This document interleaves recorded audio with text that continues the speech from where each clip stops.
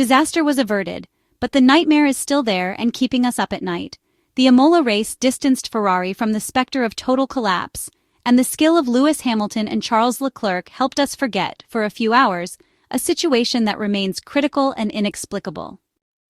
The drivers saved Ferrari, the same Ferrari that had driven them to paranoia just 24 hours earlier, with a qualifying performance outside the top 10 on the very track named after the man who created the Maranello miracle. Now is not the time to get excited over a 4th and 6th place, which mean very little in absolute terms. The words of Lewis Hamilton and Charles Leclerc still weigh heavily, and in their minds that cursed Saturday, when everything fell apart, will never be forgotten. However, it would be a serious mistake to act as if nothing happened, to dismiss the eve of the race as a one-off misstep, because the foundations of the crisis are still in place and remain troubling in both the short and long term. What is happening at Ferrari? What's holding them back? The problem lies entirely in the car and its management. Chairman John Elkann has placed in Fred Vasseur's hands resources that no previous head of the Ferrari F1 racing division ever had. And he also gave him full operational control, allowing him the freedom to hire whoever he deemed fit to lead the project of a sustained return to past glory. So far, however, the results have fallen far short of expectations, if not downright depressing.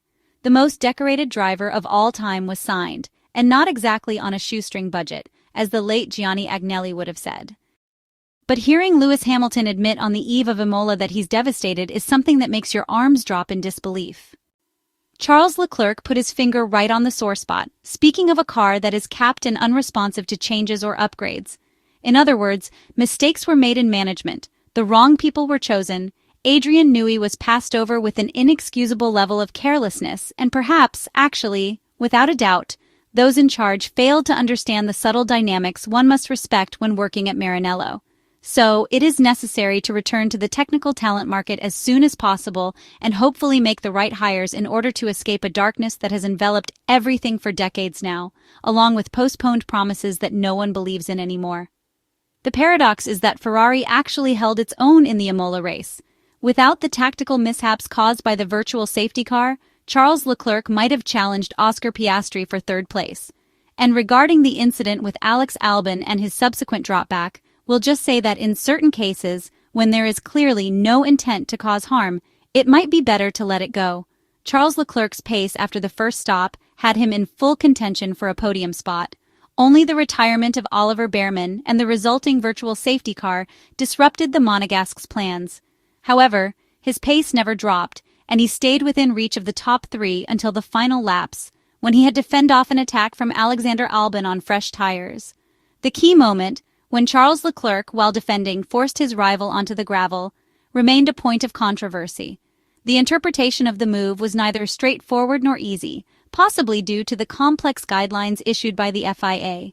Max Verstappen had previously commented that such rules could dilute wheel-to-wheel racing, and Charles Leclerc, speaking to the media, appeared to agree with that assessment.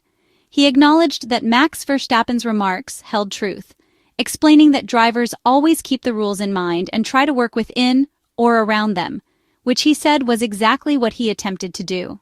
Charles Leclerc noted that at times, the difference between a legal move and an infraction comes down to mere centimeters, and making such judgments at 250 kilometers per hour is extremely difficult.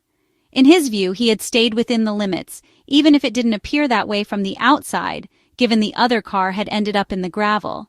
He added that he would reflect further on the incident. Charles Leclerc stated that he was always honest with himself, and, if he believed he had made an error, he would admit it to Alexander Albon. However, he currently did not believe he had done anything wrong. The Monegasque also expressed doubt that a set of rules could ever satisfy all parties involved, emphasizing that this was his sincere opinion and that a perfect balance was unlikely. He concluded by saying that when a driver is penalized, they must accept it. The Ferrari driver pointed out that it would be impossible to have a rulebook that accounts for every possible scenario, and even if one existed, no driver could be expected to remember all of it. As for Lewis Hamilton, his aggressive approach did not surprise us.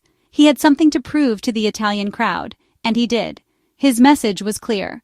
When the car is right, his performance returns to the level that made him a champion already etched in history. Then there was Max Verstappen, who made light work of the heavily favored McLaren MCL 39 cars with his Red Bull. The Dutchman was exceptional, but without the progress made by Red Bull, he would not have been so effective, so ruthless in fending off attacks first from Oscar Piastri and then Lando Norris. With this in mind, anything is possible in Monte Carlo in a few days. Even a Ferrari surprise with Charles Leclerc, who has never driven better since entering Formula One.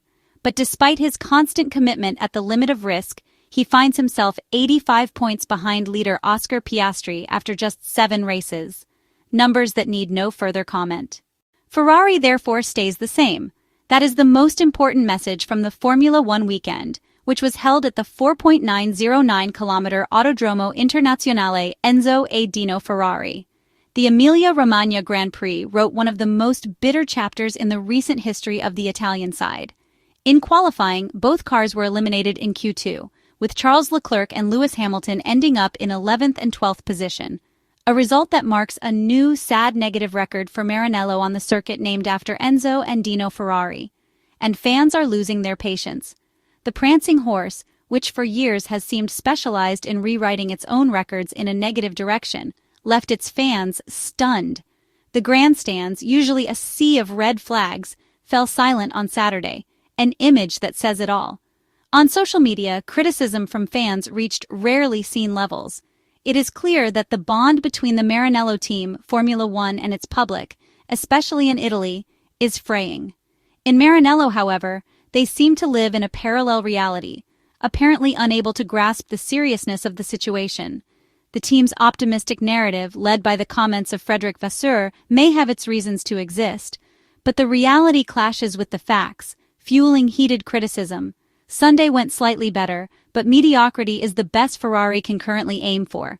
The reality is that the Italian side is firmly the third force in the 2025 Formula One Championship, at least for now.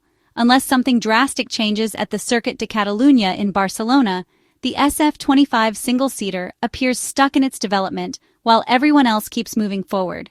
There are many mysteries this season, and as often happens at Maranello, answers are lacking. Talk continues of miraculous upgrades or untapped potential, but real questions remain unanswered. Was it wise to revolutionize the car in the final year of this technical cycle?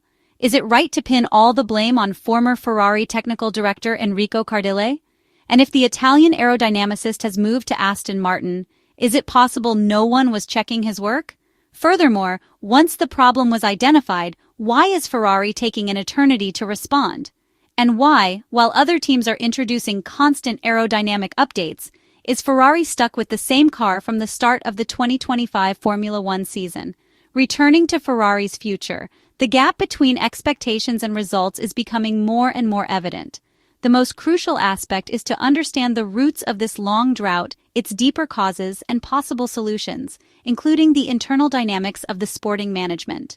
There is also the question of what Ferrari will be able to offer on the streets of Monaco in Monte Carlo, Charles Leclerc's home race. But regardless of what happens next weekend, the defining point of the championship appears to be the Spanish Grand Prix weekend at the Circuit de Catalunya in Barcelona. At Maranello, the Italian team will bring the first aerodynamic updates for the struggling SF25 single-seater, and all teams will need to introduce new front wings to comply with the FIA's new restrictive regulations aimed at preventing flexible wings. All we can do now is wait.